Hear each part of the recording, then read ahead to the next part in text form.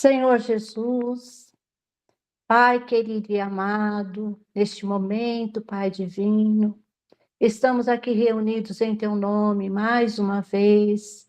Pedimos a orientação dos bons espíritos, que possam abrir as nossas mentes, os nossos corações, abençoando cada um, cada lar, cada um dos nossos irmãos, os que estão presentes e aqueles que não puderam estar presentes, mas que estão com seus pensamentos conectados juntamente conosco. Abençoa, ó Pai, o estudo dessa noite. Ajuda-nos, ó Jesus, para que possamos entender, aprender, alimentar o nosso espírito e poder colocar em prática em nossas vidas. Dá-nos a tua bênção e a tua graça, no nome santo e amado do teu Filho Jesus. Que assim seja, Senhor Jesus. Que assim seja.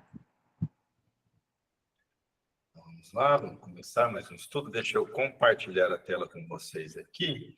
E nós vamos fazer, vamos recapitular, né? Antes da gente começar o estudo, recapitular o que a gente está vendo, o que a gente viu nas aulas passadas, para se tornar mais fácil a gente seguir a nossa linha de raciocínio. Nós estamos no estudo do Evangelho, na verdade, estudando agora o livro O Céu e o Inferno, mas é só o capítulo 2 que fala sobre o temor da morte. Tá? Por quê? Porque lá na introdução, nós estávamos na parte que fala sobre Sócrates e Platão e a doutrina deles como precursora das ideias cristãs e do espiritismo. Certo? Então, esse capítulo lá na introdução, essa parte da introdução do Evangelho, vai fazer justamente uma comparação entre as ideias da doutrina de Sócrates e Platão com as ideias cristãs que viriam séculos depois. Certo? Nós estávamos justamente no ponto da análise da doutrina de Sócrates e Platão, que ele fala da limitação das qualidades do espírito, da alma, né? Por estar encarnada, por estar no corpo.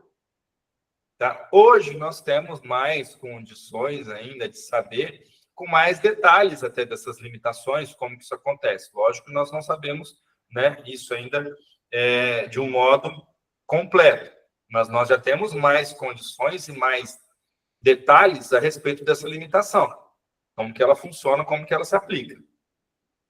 Lá, Sócrates e Platão, eles estavam divulgando a sua doutrina, né? E divulgando que quanto mais, de acordo com o entendimento deles ali, quanto mais o ser se eleva, mais ele acaba entendendo a vida espiritual, né? No capítulo anterior, no item anterior, na verdade, Sócrates explicava que nós temos esse sentimento inato de que a vida ela não termina com a morte do corpo, nós temos um sentimento inato de futuro além da morte corporal. E adiante, que era o capítulo que nós estudávamos, ele vai nos dizer que quanto mais se elevar esse espírito, mais ele terá essa certeza da imortalidade da alma e, como consequência, esse entendimento vai lhe trazer uma diminuição desse medo da morte, que é o temor da morte que nós estamos estudando agora, certo? Ou ainda de qualquer coisa que possa acontecer com o corpo. Ele ainda dialogava sobre isso, Sócrates dialogava sobre isso, no sentido de como os filósofos precursores aí dessas ideias cristãs tinham essa qualidade de defender as suas ideias, ainda que isso lhes custasse a vida. Eles topavam passar por torturas, pela morte mesmo do corpo, pela segregação, ser expulso da sociedade, todos os tipos de humilhações, para continuar defendendo essa ideia da continuidade da vida após a morte do corpo.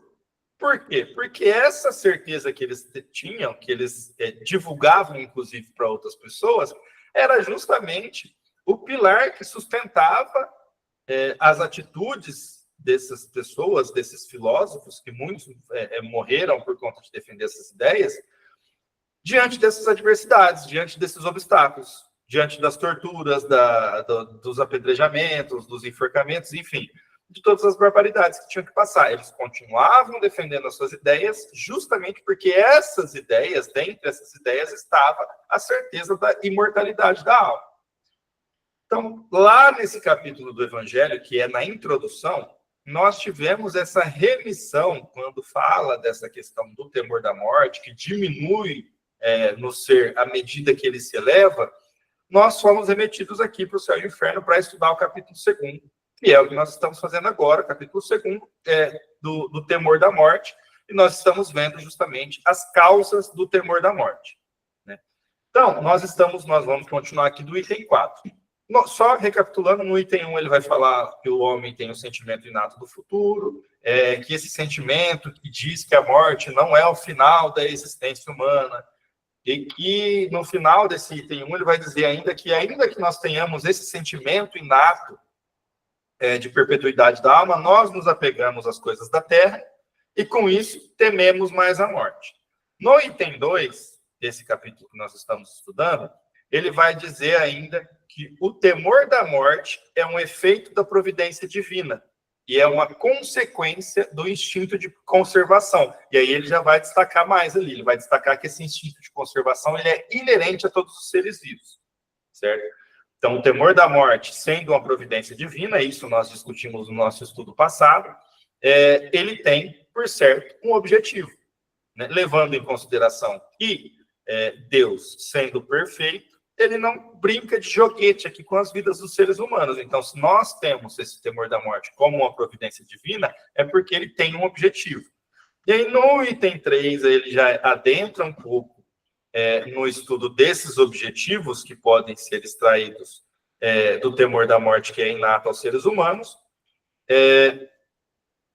dizendo ali que se o homem não tivesse ainda esse temor da morte, enquanto ele não estiver suficientemente esclarecido acerca dos detalhes da vida futura e como funciona, esse temor da morte ele funciona como um freio e contrapeso para evitar que se abrevie indevidamente as encarnações. Por quê? Hoje nós sabemos que nós temos todos um planejamento encarnatório que é algo de uma complexidade que não nos cabe nem adentrar nisso, porque nos cabe, nos falta além da nossa percepção aí a complexidade que é um planejamento encarnatório, porque não envolve só a nossa vida, envolve a vida de todas as pessoas que nós temos contato. Então, é algo realmente muito trabalhoso e muito complexo, e que se não fosse pelo temor da morte, muitas pessoas desistiriam ali de uma encarnação para poder adiante tomar de novo aquela responsabilidade, tentar novamente, mas isso sem aquela responsabilidade muito grande, né? Aquele sentimento de, se eu tenho a eternidade para me corrigir ou para sanar esse defeito que eu tenho, por que eu vou trabalhar nisso nessa vida agora? Deixa isso para mais adiante. E por enquanto eu vou viver essa vida aqui da melhor forma que eu puder.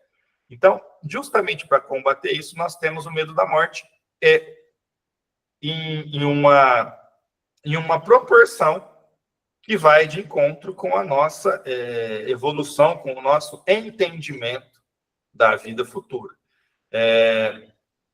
Podemos dizer que conforme nós vamos tendo mais certeza da imortalidade da alma e trabalhando isso dentro do nosso interior, menos medo da morte nós vamos tendo, tá? Porque aí ele acaba que não exerce mais nenhuma função, né? A partir do momento que nós nos tornamos suficientemente esclarecidos a ponto de saber como funciona a vida espiritual, a ponto de, ainda encarnados, termos esse vislumbre do que nos aguarda, esse medo da morte ele se torna obsoleto, vamos dizer assim, ele se torna um tanto inútil. Então, a gente vai se desprendendo naturalmente desse medo da morte, conforme nos elevamos com mais informação, com mais conhecimento do como proceder após a morte, de como que funcionam as coisas no mundo espiritual, tá? Então, esse medo, ele é necessário, mas com um adendo de que ele é necessário enquanto o homem não estiver suficientemente esclarecido acerca da vida futura para evitar, inclusive, essas abreviações indevidas das encarnações. Tá? Então, nós paramos justamente na parte que ele nos dizia que à medida que o homem compreende melhor essa vida futura, esse medo vai diminuindo e ele vai tendo, inclusive, um vislumbre, uma noção da fraternidade e da caridade universais que regem o universo, e aí não é só a nossa vida enquanto encarnados, tá? Enquanto encarnado, desencarnado, aqui ou em qualquer lugar, certo? Então, agora, depois dessa breve introdução aí do que nós já vimos, dessa recapitulação aí do nosso estudo, vamos lá para o item 4. Para libertar-se do temor da morte, é preciso que o homem a encare sob seu verdadeiro ponto de vista. E qual que é esse ponto de vista, né? Isto é, que tenha penetrado pelo pensamento no mundo espiritual, fazendo dele uma ideia tão exata quanto possível, o que denota da parte do espírito encarnado um certo desenvolvimento e aptidão para desprender-se da matéria. Ou seja, depende de quem? É da gente, porque enquanto nós estivermos com o nosso coração na matéria aqui, porque esse desprender-se da matéria que ele vai dizer ali é algo interno, viu? É algo que nós temos que desenvolver. Não é algo que vai acontecer automaticamente quando nós simplesmente nos vermos libertos como espíritos do corpo que hoje habitamos. André Luiz, durante a série Nosso Lar ali, e aqui mais ainda, com mais afinco, nós vamos ter que citar a obra dele muito, por quê? Vejam que interessante, né? Como que um estudo ajuda e auxilia demais em outro estudo. A série Nosso Lar, que nós participamos do estudo aqui nas quartas-feiras, ela é conhecida como A Vida no Mundo Espiritual. Né? Série Nosso Lar, A Vida no Mundo Espiritual. André Luiz ali se dedicou a nos oferecer, como não tinha sido feito antes ainda de uma forma tão organizada e tão profunda, detalhes de como é essa vida sem o corpo carnal. Como é a vida de um espírito. Certo? Então, ele vai nos fornecendo o quê? Justamente esses detalhes. O que nós estamos estudando aqui? O que é que vai nos auxiliar grandemente a nos livrarmos do medo da morte? Saber e entender com detalhes como é a vida no mundo espiritual. Então, durante esse estudo aqui, principalmente nessa parte aqui do estudo do temor da morte, nós vamos citar muitas referências ali da série Nosso Lar, que nós fazemos o estudo na quarta-feira, certo?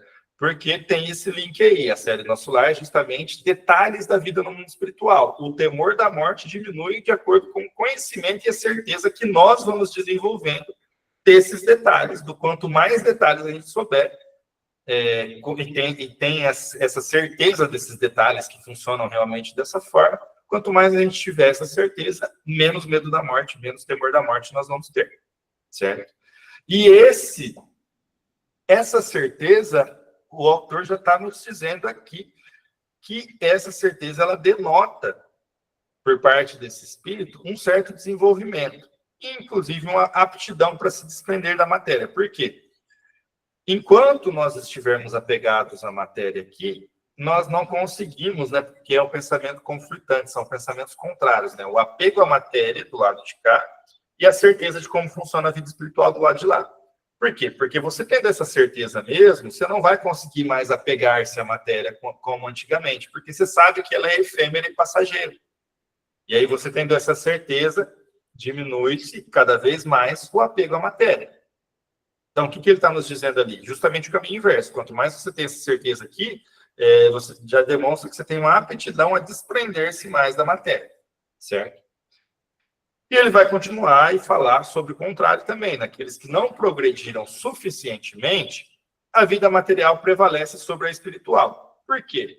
Porque às vezes você não tem ainda esse vislumbre do futuro, né? Às vezes o ser aqui encarnado, ele está lidando com outras questões, com questões mais inerentes à matéria do que a vida espiritual, com questões a resolver mais problemas ali da matéria para continuar essa evolução depois em outros pontos, em outros tópicos, e conseguir fazer esse desprendimento da matéria. Então, vai ter seres, nós não estamos todos, né, obviamente, aqui na Terra, no mesmo nível espiritual, nós temos espíritos aí em missão, que vêm nos ajudar e tudo mais, mas nós temos também espíritos que ainda estão mais apegados, e aí esse apego à matéria faz com que vislumbrem só o que está vivendo agora, só essa encarnação, como se essa vida aqui, né, em que ele nasceu e tem a certeza que vai morrer, fosse tudo. Fosse esse tempinho limitado aqui que ele tivesse para tudo e que não vai ter outra chance depois disso vai deixar de existir, certo? Como esse homem, esse espírito materializado, ele se apega às aparências, o homem não distingue a vida além do corpo, embora na alma esteja a vida real. E aí ele entra meio que isso gera um desconforto nesse espírito que tem esse apego. Por quê? Porque ele vai continuar, né, isso é importante nós destacarmos, esse espírito que tem esse apego à matéria e acredita, né, ele tenta se iludir de que aqui é tudo, de que só existe essa vida aqui, ele entra meio que em contradição ali, ele gera um desconforto em si mesmo, porque ele não deixa de ter o sentimento inato de que há um futuro após a vida do corpo, que nós vimos lá no início. Esse sentimento ele não se apaga. Então, na verdade, nós tentamos enganar esse sentimento, essa certeza que nós temos inata da vida após a morte, nos apegando mais à matéria e às coisas que nós conseguimos delimitar, tocar aqui. Então, nós limitamos essa certeza, nós impedimos que essa certeza da vida espiritual se aflore em nós mesmos. Por quê? Porque é um sentimento inato, ele está lá dentro, ele precisa aflorar e expandir. Quem que impede que ele aflore e expanda somos nós mesmos. Nós, enquanto nos apegamos aqui nas coisas da vida material, estamos justamente fazendo esse movimento contrário como que é natural, que é expandir a consciência espiritual. Certo? Isso gera um desconforto no próprio espírito.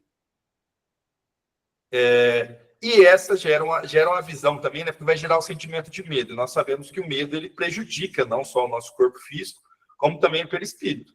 Né? Embora na alma esteja a vida real, essa pessoa imagina que aniquilado o corpo, cessar, tudo se lhe afigura perdido, ou seja, acabou. Não tem mais o que fazer, morreu o corpo, acabou, era até ali só e acabou a caminhada daquele espírito, deixa de existir, certo? Com essa visão de que aniquilado o corpo tudo será perdido, ele fica desesperado. É uma visão desesperadora. Se, ao contrário, em vez de se concentrar o pensamento no corpo, ele se reportasse à alma, fonte da vida, ser real que sobrevive a tudo, lastimaria menos a perda da vestimenta carnal, fonte de tantas misérias e tantas dores. Mais uma vez aqui eu vou ressaltar a questão dessa contradição, porque isso gera um abalo e um desequilíbrio interno das emoções do espírito. Tá? Esse apego à vida material vai fazer com que essa pessoa haja justamente ao contrário do que deveria ser natural. Por quê? E nós já vimos isso aqui, inclusive, citando algumas partes daí da série Nosso Lar. A gente vai fazer com que esse espírito, esse apego à vida material, vai fazer com que esse espírito se apegue ao corpo, quando, na verdade, ele deveria ficar grato de se ver livre do corpo, porque o corpo lhe traz diversas, utilizando até a linguagem do livro aqui, fonte de tantas misérias e tantas dores. O corpo nos e hoje nós temos condições de falar disso, que o corpo funciona como uma certa prisão para o nosso espírito. Né? Limita, como já vínhamos discutindo no estudo do Evangelho em si, ele limita, né, as qualidades do espírito.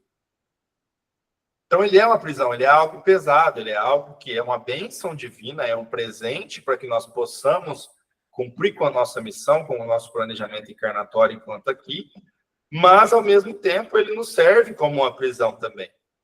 Então, veja, o ser humano, né, o espírito ali que está apegado a esse corpo material, como se ele fosse tudo, e acabando o corpo, acaba tudo, ele está agindo no sentido totalmente contrário do que é natural, de que é justamente ter esse entendimento de que, ao se desprender do corpo, as coisas continuam, e, inclusive, as limitações e muitas misérias e dores que são causadas intrínsecas da carne, elas ficam ali, já com o corpo, e não seguem adiante, desde que esse espírito tenha o conhecimento necessário disso e tenha agido conforme esse conhecimento, tá? Não vamos nos ater aqui e tentar achar que é regra o que é exceção, tá? Nós que estamos menos adiantados ainda somos a exceção, nós somos a minoria. Então, mas tem casos da pessoa desencarnar e ficar numa situação difícil porque fica presa ao corpo e tal. Sim, nós sabemos que tem esses casos, sim, mas isso não é o natural, não é assim que tem que ser. Isso é causado pelas escolhas e pelo livre-arbítrio exercido daquele ser, daquele espírito. O que é o natural? O corpo terminando, sendo desligado do espírito daquele corpo, as misérias e as dores que eram intrínsecas ao corpo devem ficar ali, devem findar ali. Muita gente leva, e inclusive na parte do estudo que nós estamos agora da série Nosso Lar, nós estudamos justamente a questão dos mensageiros que vêm com a missão e falham, e lá descreve muitos desses personagens que tiveram problemas, desenvolveram hábitos, rotinas e ações e atitudes aqui na Terra enquanto encarnados, que acabaram gerando reflexos até enquanto a história está sendo narrada lá, que eles já se encontram em nosso lar desencarnados e sofrendo os reflexos do que gerou naquele corpo, do que gerou enquanto o espírito estava naquele corpo, certo? O último caso que nós vimos disso era de um espírito que, inclusive, ele ficava meio perdido no tempo porque ele tinha essas reminiscências do passado, né? A missão dele era vir com a mediunidade desenvolvida, ter essas reminiscências do passado e trabalhar isso. Ele veio e se ateve simplesmente a registrar, a tentar saber quem era quem na vida passada, e esse estudo, inclusive, do Nosso Lar, ele é recente, eu não lembro o nome da personagem agora, mas eu posso até pegar ele no livro lá e lançar no grupo depois para a gente relembrar. Mas, basicamente, é isso, né? Isso se trata da exceção. Daqueles que levam esses vestígios, levam esses reflexos, por materializar tanto aquele sentimento, por tornar aquilo tanto denso, esse apego à matéria, isso acaba se fixando no perispírito, né? Então, acaba tendo reflexos, sim, mas o natural seria que diversas a maior parte, na verdade, né, das misérias e das dores inerentes ao corpo, que elas terminassem assim que esse ser desencarnasse, assim que esse ser se libertasse do corpo, tá? E isso é o que vai acontecer conforme nós formos alcançando padrões evolutivos mais elevados, né? Conforme nós formos nos tornando espíritos mais puros, menos apegados à carne, menos materializados, isso vai acontecer de uma forma natural.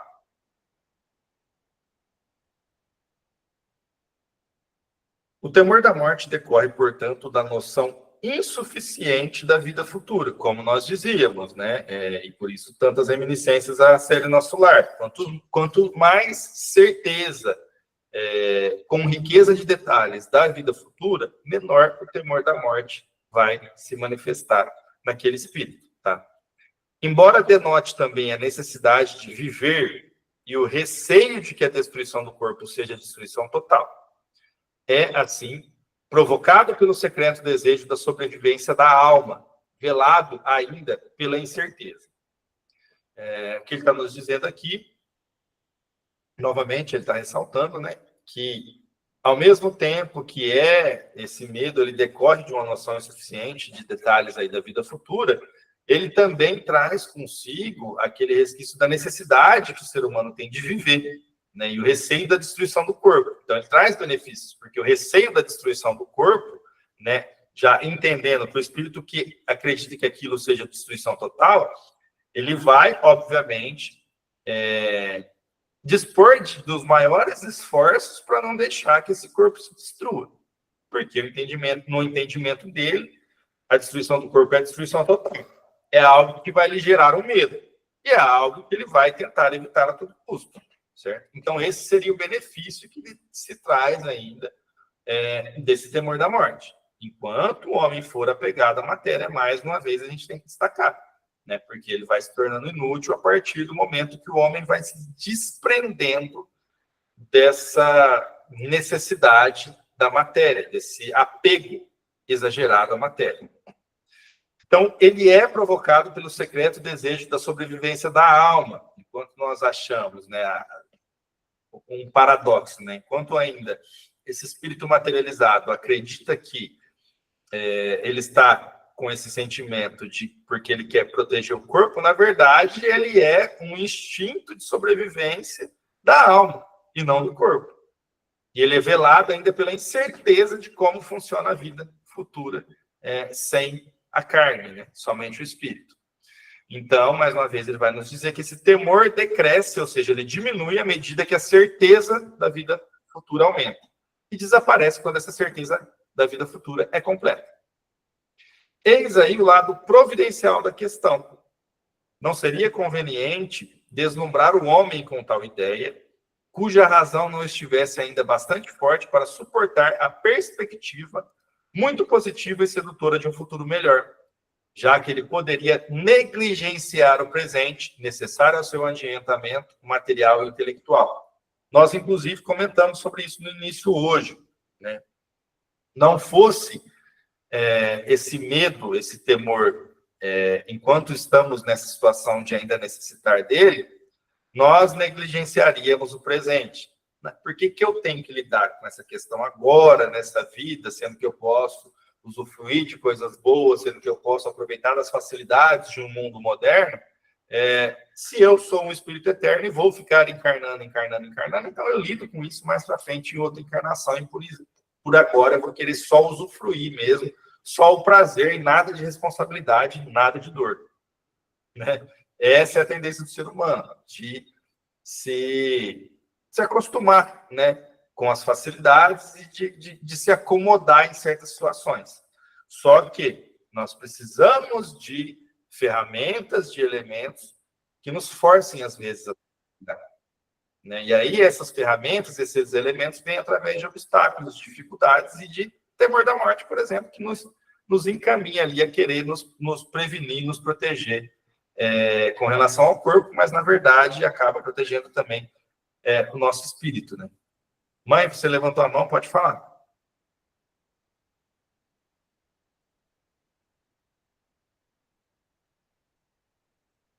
Mãe, seu microfone está desligado, viu? Tá, desculpa. Eu estava refletindo enquanto você estava falando, o problema de a pessoa que fica procrastinando, né, de não resolver o seu problema agora e deixar para a próxima encarnação, porque nessa reencarnação, nós já temos a nossa programação que foi feita para resolvermos determinadas questões. Se não resolvermos nessa, vamos ter que resolver na outra, juntamente com as outras coisas que já estão programadas para aquela outra.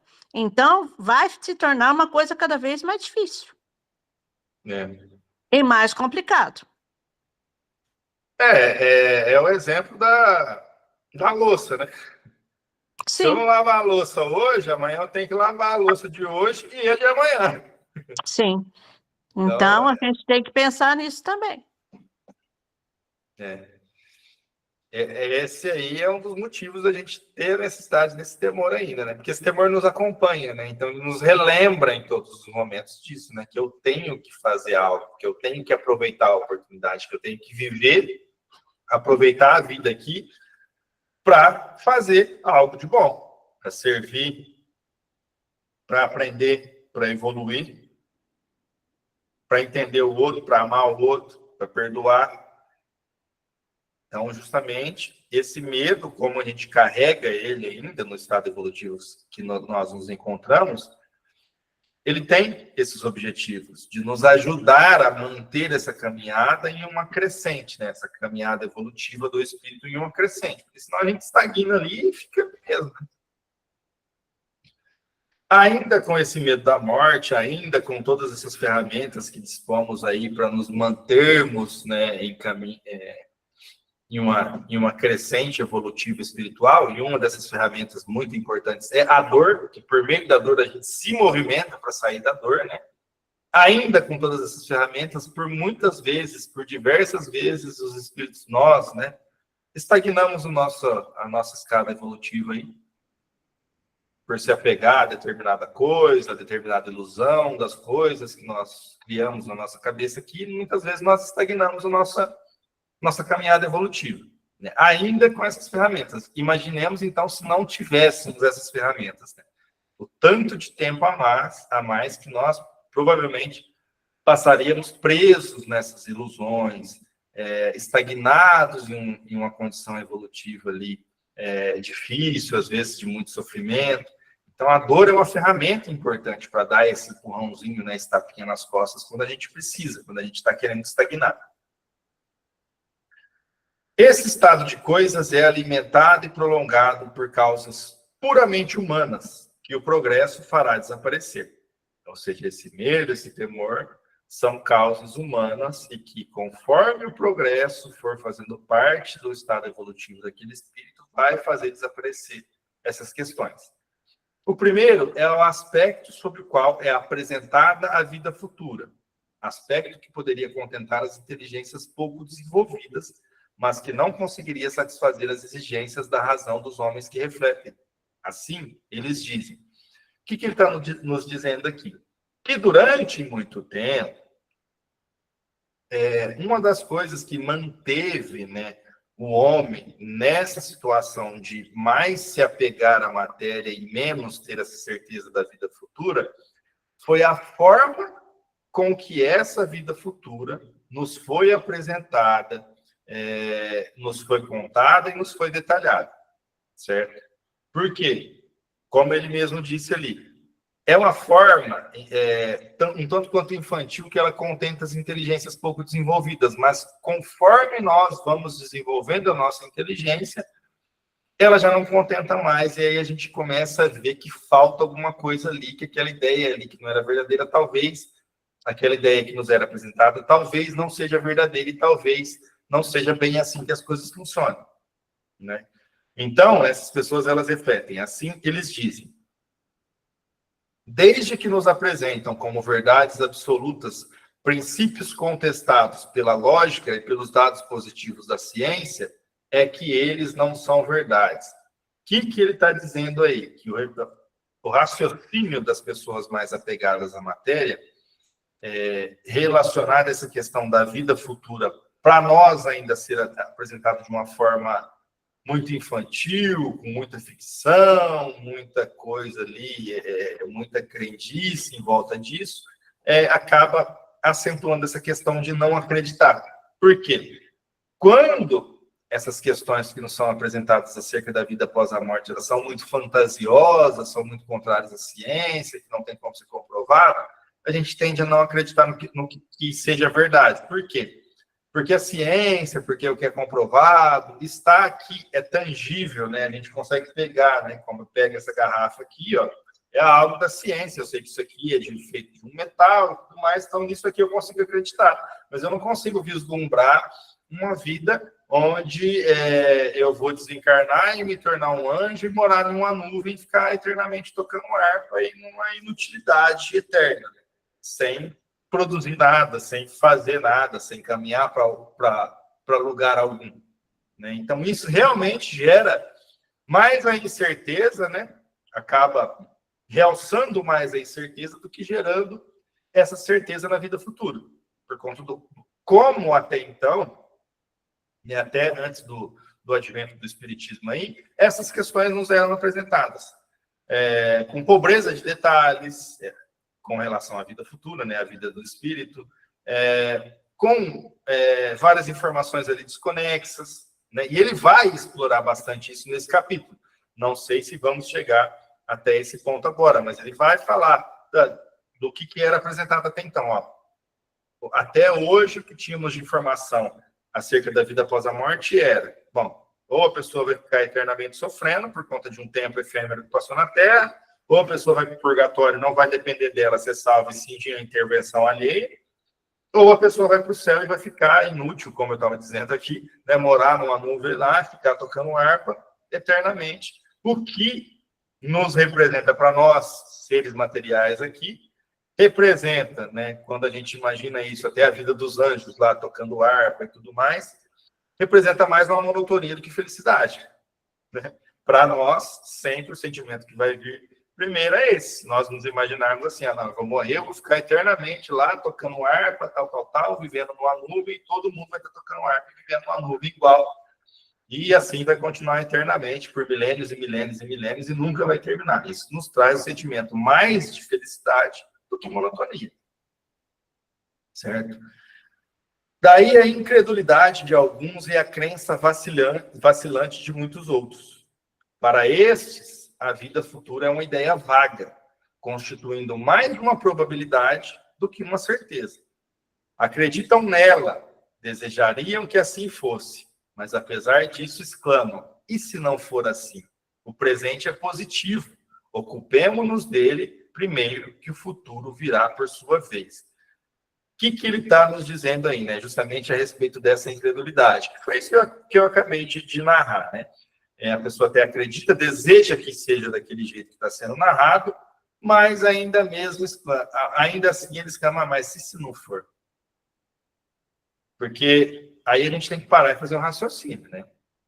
A moral cristã e todos esses ensinamentos advindos aí dessa ideia central cristã, que gerou diversas religiões e tudo mais, quando a gente para analisar essa questão da vida futura, sempre, em todas essas religiões, você tem que cumprir alguns requisitos para você colher os frutos da vida futura, né? Para você ser um dos escolhidos, você tem que passar por alguns testes, vamos dizer assim, né? Estou generalizando para a gente abarcar o máximo de doutrinas possíveis aí, tá? Não estou olhando agora só pelo lado do espiritismo, mas no geral das religiões, para você poder ser feliz depois da vida do corpo, você tem que ter vivido de uma certa forma aqui. Vocês concordam comigo que é uma limitação? Em todas, né? É uma limitação. Você não pode fazer o que você bem quer. Lhe é dado o livre-arbítrio, todavia você tem que arcar com as consequências de tudo aquilo que você escolher com o seu livre-arbítrio. Ou seja, a colheita daquilo que nós escolhemos, a colheita é obrigatória. Nós escolhemos o plantio. A sementeira é opcional e a colheita é obrigatória. Certo? Então, ele vai nos dizer justamente disso. Tipo, não vai fazer tanto sentido, porque se eu tenho que me limitar agora para viver bem nessa vida futura, e aí eu fico com a dúvida de que essa vida futura existe, eu vou me apegar no agora. Que é a última frase que ele vai colocar ali, ó. E se não for assim? O presente é positivo. Ocupemos-nos dele primeiro, que o futuro virá para sua vez. O que é o presente é positivo? Positivo, nessa linguagem, é de tudo que é positivado, né? Seria de tudo que é escrito, né? Direito positivado, por exemplo, é direito escrito. Tá?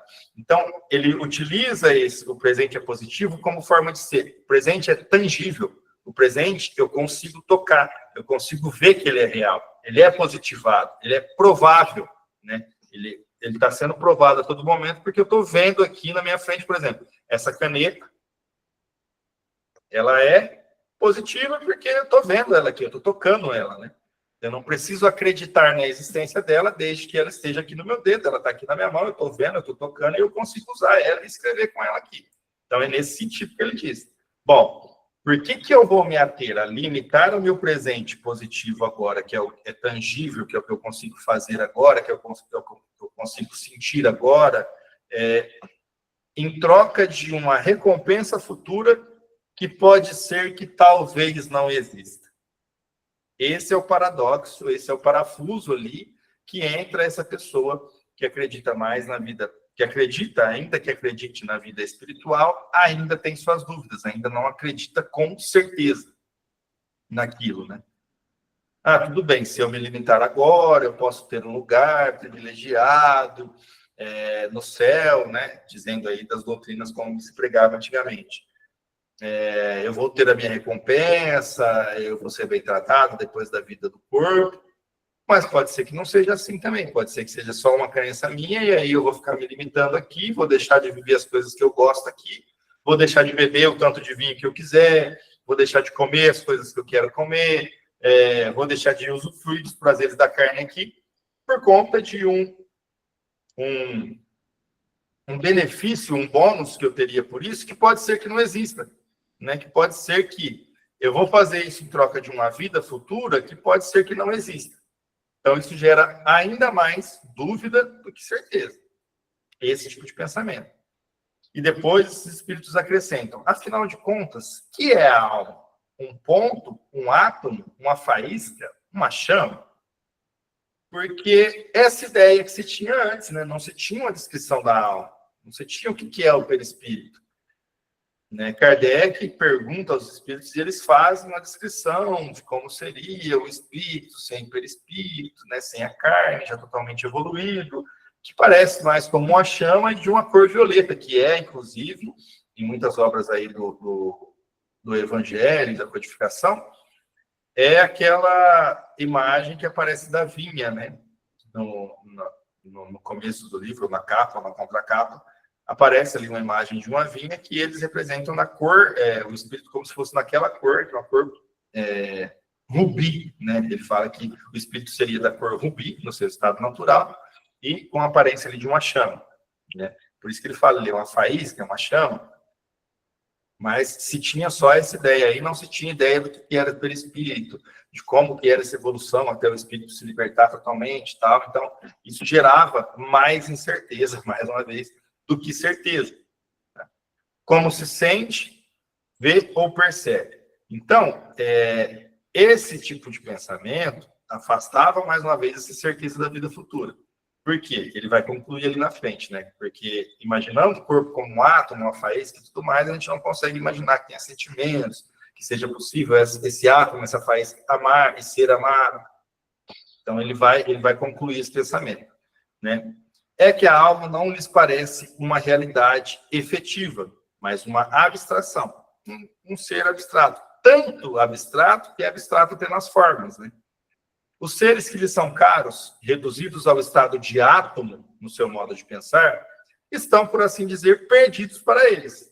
Não têm mais a seus olhos as qualidades pelas quais se lhe fizeram amados. Ou seja, um átomo, para mim, é só um átomo. Eu não vou conseguir olhar para um átomo e achar que aquilo ali tem sentimentos, que é um espírito, que é uma pessoa que carrega aquelas qualidades ainda dentro de si. Tá? Não podem compreender o amor de uma faísca. Ou seja, essa faísca, esse átomo, ele não pode amar, né? No pensamento comum e geral aí desses espíritos que ainda não têm essa certeza.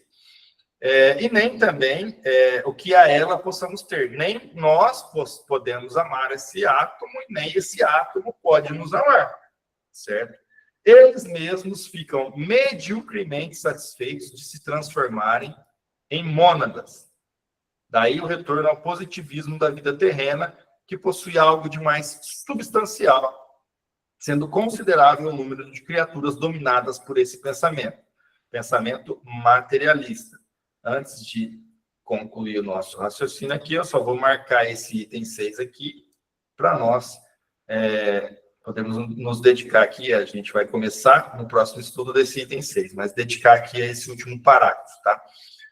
Então, essas pessoas que têm esse tipo de pensamento, dessa abstração do espírito após, né, esse desligamento do corpo, de não saber se é uma faísca, uma chama, eles mesmos ficam satisfeitos de se transformarem em mônadas, que ele vai falar ali.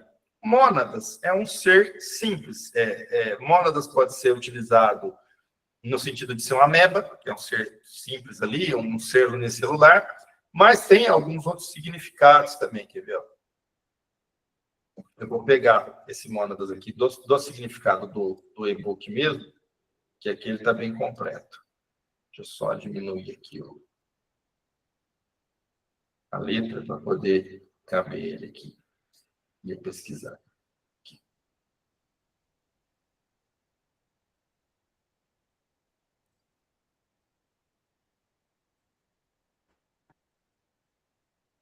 Deixa eu só compartilhar com você aqui, com vocês. Em filosofia, mônada do grego, monas, unidade, refere-se a uma unidade simples e indivisível, a unidade fundamental de toda a realidade. Ou seja, esses espíritos, eles acreditam e eles ficam satisfeitos em se reduzir, eles mesmos, após a morte, se tornar um átomo, um organismo simples ali. Né? Organismo simples no sentido de não ter mais sentimento, né?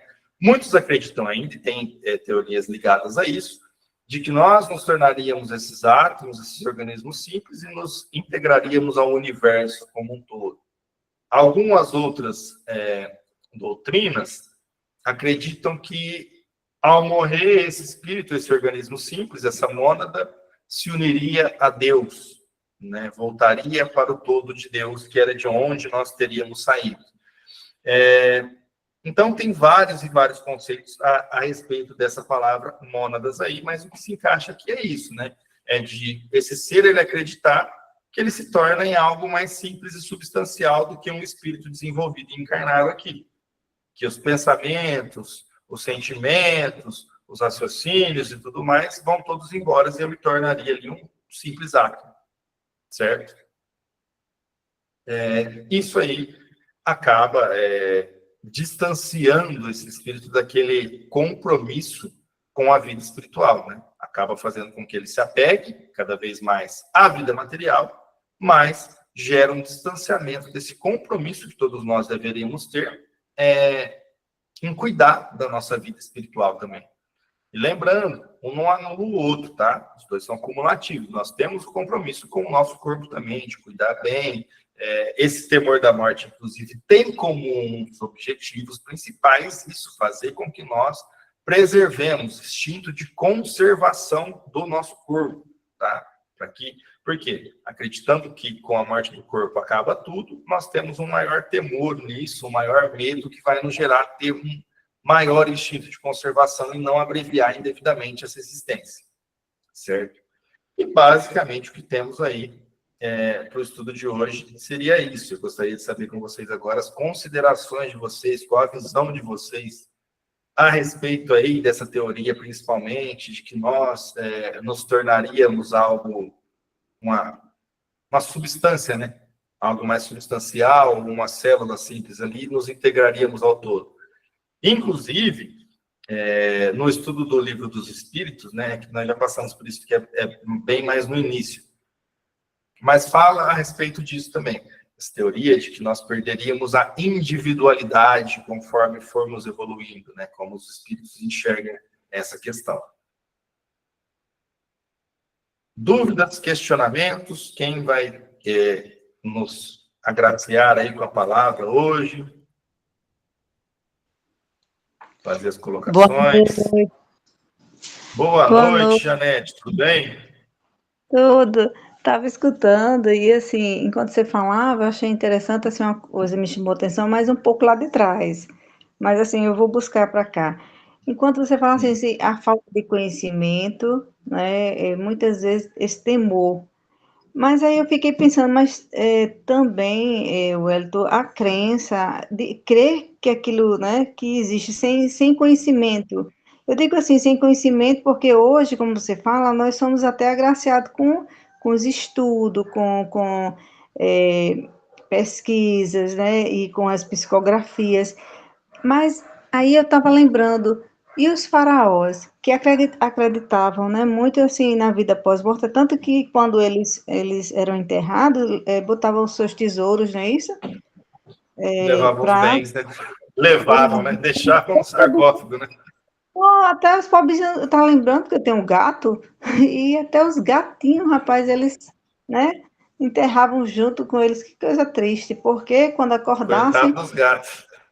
Então, eles têm essa crença após a morte, mas o conhecimento, porque não entendia que. E outra coisa, e também, mas até hoje, algumas culturas ainda levam comida, né, lá nas jazidas, eu acho que são os chineses, o pessoal do Oriente, né? Eles têm ainda essa coisa de levar comida quando é aniversário, tudo, porque eles, quando receberem lá. Então, eles têm essa crença que existe a vida após a morte, mas, no entanto, ainda é pegado à matéria, de levar algo para eles.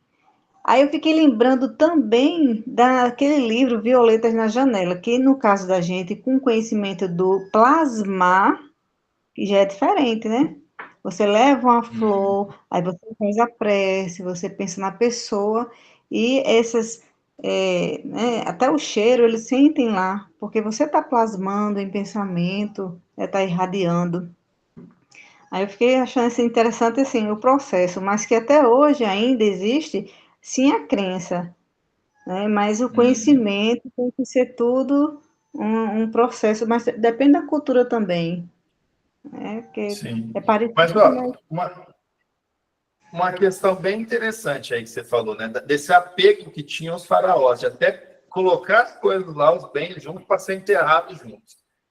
E quem eram esses espíritos, na sua maioria? os materialistas, né? Os faraós, os ricos.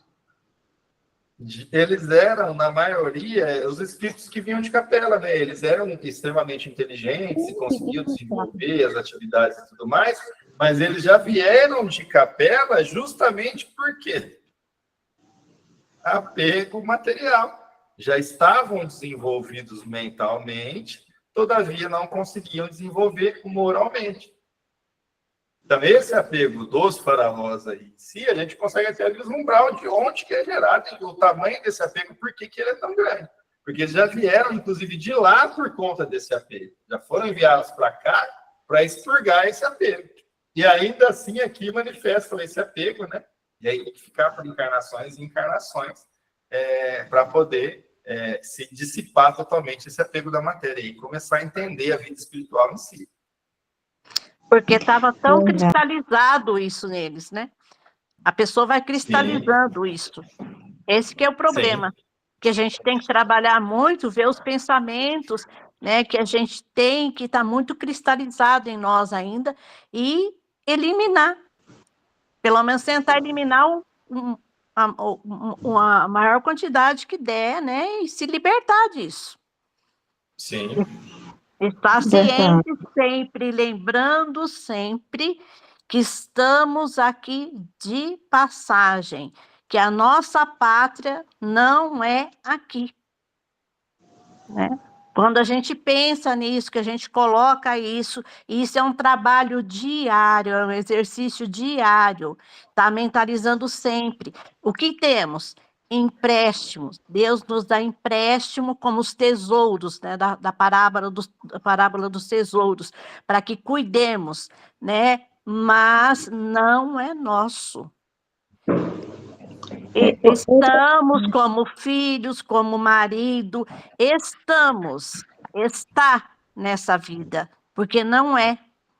Existe o livro, acho que é da Zíbia Gasparetto, que fala Ninguém é de Ninguém, se eu não me engano, eu acho que é da Zíbia Gasparetto. E ninguém é de ninguém, porque estamos aqui num processo de reencarnação que foi tudo planejado para estarmos com determinadas pessoas, né, que vêm como filho, vêm como marido, vêm como pai, vêm como mãe, até as pessoas que vamos encontrando, igual o Hélio já disse, nessa vida a gente vai encontrando. Nada é por um acaso, são pessoas que foi tudo programado para que estivéssemos juntos nessa fase desse aprendizado terreno, dessa escola, né? Porque a Terra é um planeta escola em que estamos aqui, né? Aprendendo todo o tempo e tentando nos libertar desses apegos, né? Porque aí, né, as pessoas se prendem, né? Ah, mas meu marido, mas meu filho, que meu? Não temos nada, a não ser o dia e a noite, o nosso espírito, que é imortal, que não, uma hora vai ser chamado, e vão, e tudo isso aqui vai ficar aqui. Aí vamos querer fazer igual os faraós lá também? Carregar tudo lá para dentro do túmulo? Misericórdia, né? Pois é. Outra coisa que assim, me chamou a atenção é quando assim, e aqueles que têm dúvida, escutam, né? É como diz assim, aquele que a terra não foi semeado ainda, esse sentimento de crer, de ter fé, que existe a vida. E tem muitos que escutam, que estudam até, mas ainda fica lá dentro, como nossa irmã Aparecida diz assim, porque ainda está cristalizado. Aí fica naquela dúvida. Mas aí você, e aí, na dúvida? Na dúvida é melhor você ter os limites mesmo, fazer tudo para, né, pensando numa vida pós-morte, porque com certeza você vai tentar pelo menos ser feliz. Você vivendo bem, fazendo feliz os outros, você tentar viver ali na regra, né? Na dúvida é melhor ser bom. Sim, sim. E esse pensamento é interessante. Eu ouvi isso numa versão diferente de um. Ele é pastor de uma igreja, ele chama Tiago Brunet. E ele dizia que ainda que, né, ele prega, ele serve a igreja, ele serve a Deus, né, ele é temente a Deus, lê a Bíblia e tal. Então ele fala, ainda que não fosse da forma que eu acredito, as atitudes que a minha fé me faz ter me tornam uma pessoa melhor aqui. Não é só para a vida futura, me torna uma pessoa melhor aqui, porque eu me torno melhor com o próximo, né? Eu me torno o melhor pai quando eu cumpro os preceitos divinos. Eu me torno o melhor filho, um melhor irmão, um melhor amigo. Então, ainda que tenha essa dúvida, igual como a Janete disse aí, é melhor a gente pender para o lado de acreditar, ainda que com dúvida, e tentar cumprir o máximo dos mandamentos que a gente conseguir aqui, porque vai se tornar uma pessoa melhor aqui. Né? E muita gente, hoje em dia, já consegue entender também. A Bíblia, ainda que você tirar o lado dela da fé, ela ainda continua sendo um manual da vida. Não é só para a vida futura, para a vida aqui. Quantos e quantos conselhos bíblicos que a gente traz para a nossa vida e nos evita de ter um monte de obstáculos, um monte de dificuldade. A Bíblia nos orienta com a nossa relação com o próximo, em como viver em sociedade, em como ter menos problemas, em como solucionar mais fácil os problemas, em como a Bíblia nos orienta em como tratar o nosso dinheiro. Então, não é, ainda que você retire toda a certeza que a fé traz por meio da Bíblia, continua ainda sendo um livro, um manual da vida. Que é a respeito disso que a gente estava dizendo, né? Ainda que a gente não tenha essa certeza na vida futura, os benefícios de seguir esses preceitos e esses ensinamentos cristãos, a gente começa a colher aqui mesmo. Nos torna indivíduos melhores. Gandhi, ele dizia que se fossem queimados, se fossem perdidos todos os livros, todos os conhecimentos, pergaminhos, escritos, qualquer tipo de conhecimento de toda a humanidade, e restasse o Sermão do Monte, nada teria sido perdido. O Sermão do Monte, se você pegar, ele não nos ensina apenas sobre fé, mas ele nos ensina detalhes específicos da vida aqui, em sociedade, do ser humano, como tratar o próximo. Não fazer para o outro aquilo que eu não quero que faça para mim. Então, isso aí tem muita validade, né? Essa questão de, ainda que, no momento, eu não consigo acreditar com essa certeza na vida futura. Não consigo ter esse vislumbre tão forte assim, a ponto de ser tangível. Mas eu não vou perder nada em continuar acreditando e seguindo esses preceitos. Ainda que não seja assim. Eu vou ganhar aqui, né? A gente já sabe hoje, a gente já tem essa consciência, já tem essa condição de saber que a gente vai, né? Que nós estamos aqui, por exemplo, nesse estudo aqui, adquirindo pão nos olhos, né? Então, nós vamos usufruir desses benefícios, né? Não só dizendo em questão de bônus horas, mas nós vamos absorver aqui informações importantes para o nosso desenvolvimento, enquanto ser humano e enquanto espírito também. Mas, ainda que nós não tivéssemos essa certeza, ainda o que compensa mais ainda, e isso falando mais pela razão do que pela fé, ainda assim compensa mais seguir os preceitos cristãos. A gente vai dar muito menos cabeçada na vida, ainda que você não esteja vislumbrando a vida futura, né? Ainda que seja só para colher os frutos aqui. Ainda assim, compensa mais seguir o ensinamento e o modelo de Cristo. Até porque Cristo é o nosso modelo e guia. De qualquer forma, a gente sempre vai voltar para isso, né? E independente do que você crê ali, nas questões mais religiosas, mas eu tenho que guardar o sábado, eu não tenho, desses dogmas religiosos, assim, independente disso, o Cristo, ele ensinou e exemplificou aquilo que a gente tem que fazer, ou seja, ele veio e nos deixou mastigado, e agora é contigo, agora é só pegar e fazer.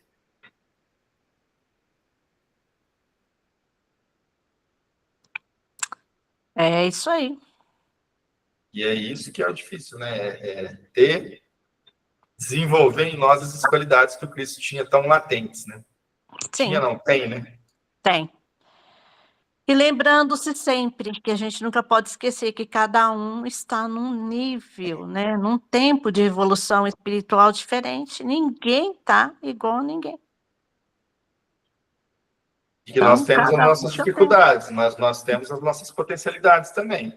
Voltando, assim, rapidinho ao exemplo do faraó. Por mais que fosse apegado, que tentasse levar as coisas tudo para o mundo espiritual, que fosse enterrado com todos os bens, ainda assim, esses seres ajudaram grandemente na evolução dos espíritos daquela época lá, que somos nós, né? Nós estamos aqui encarnando de novo, mas, sim, naquela época, ainda que tivessem esses defeitos, e nós somos assim também, ainda que nós tenhamos as questões assim, que são mais difíceis, que nós estamos mais apegados à matéria, nós continuamos tendo as nossas potencialidades, e elas continuam fazendo efeito. Aquele bem que a gente faz, ele vai eternamente depor a nosso favor, aonde quer que estejamos. Então, ainda esses espíritos aí, utilizando, né, o exemplo dos faraós, ainda eles estão carregados de matéria, estão apegados à materialidade, ainda assim trouxeram e fizeram benefícios não somente para si ou para aquela sociedade, mas que perpetuaram, que ajudaram no avanço da marcha do progresso da humanidade. Certo? Então, sempre focar nisso. Nós temos nossos defeitos, nossas dificuldades? Temos. Todos, sem exceção. Nós temos as nossas potencialidades. O que a gente tem que fazer é tentar corrigir os defeitos, pouco a pouco, sem pressa, no nosso tempo, sabendo que nós temos esses defeitos mesmo para tratar, e também ressaltar, né, utilizar da melhor forma possível as nossas potencialidades, em favor de nós mesmos, em favor do próximo. Com certeza. E é isso, gente. Já até passando um pouquinho do nosso tempo aqui. Mas você faz uma prece para a gente de encerramento? Faço.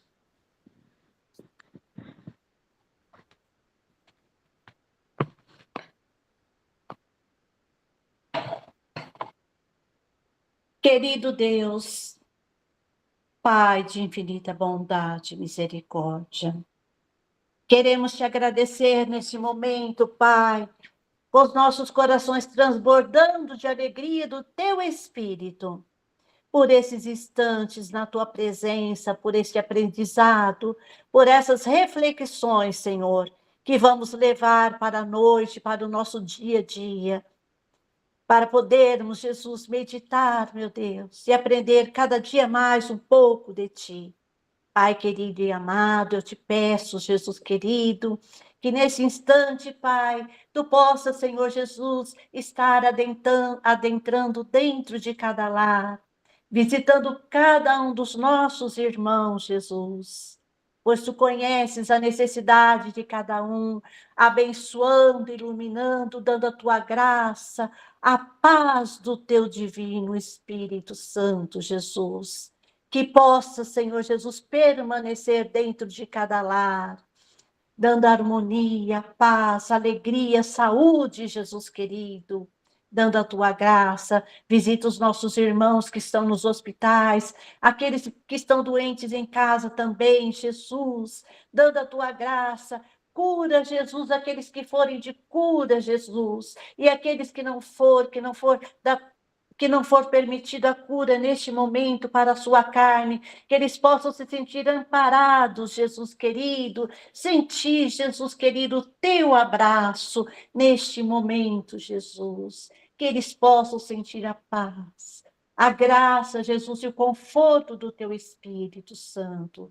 Pai, visita os nossos irmãos de rua, que eles possam se sentir também abraçados, acolhidos e amparados pelos aqueles nossos irmãos que são anjos, Senhor, humanos, que possam levar até eles, Jesus querido, um pão, uma palavra, um ombro amigo, as nossas crianças também, meu Pai. Ampare a cada um, abençoando, meu Deus, iluminando, para que cresçam na graça e no conhecimento do teu divino amor.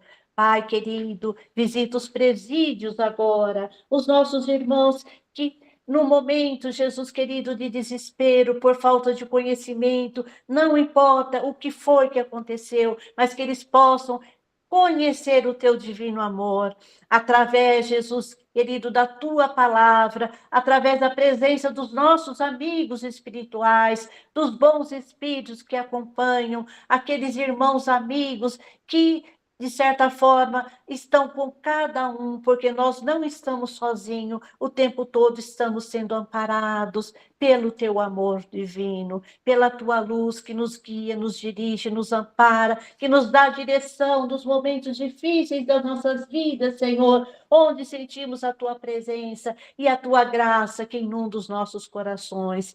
Dai-nos uma noite de paz, de descanso e de repouso, e que durante o repouso do sono os nossos espíritos possam ser levados, meu Deus, para o plano astral, para o hospital espiritual, para lugares de palestra, ou mesmo para o trabalho, Senhor. Se pudermos, Jesus, estivermos na condição de trabalhar e ajudar os nossos outros irmãos, ajuda-nos, ó Pai, e que a tua graça abunde em nossos corações, em nossas vidas. Nós te pedimos e te agradecemos, no nome santo e amado e bendito do teu Filho Jesus. Que assim seja, Senhor Jesus. Amém. Que assim seja. Boa noite a todos. Boa noite a Que assim todos. Até seja. quarta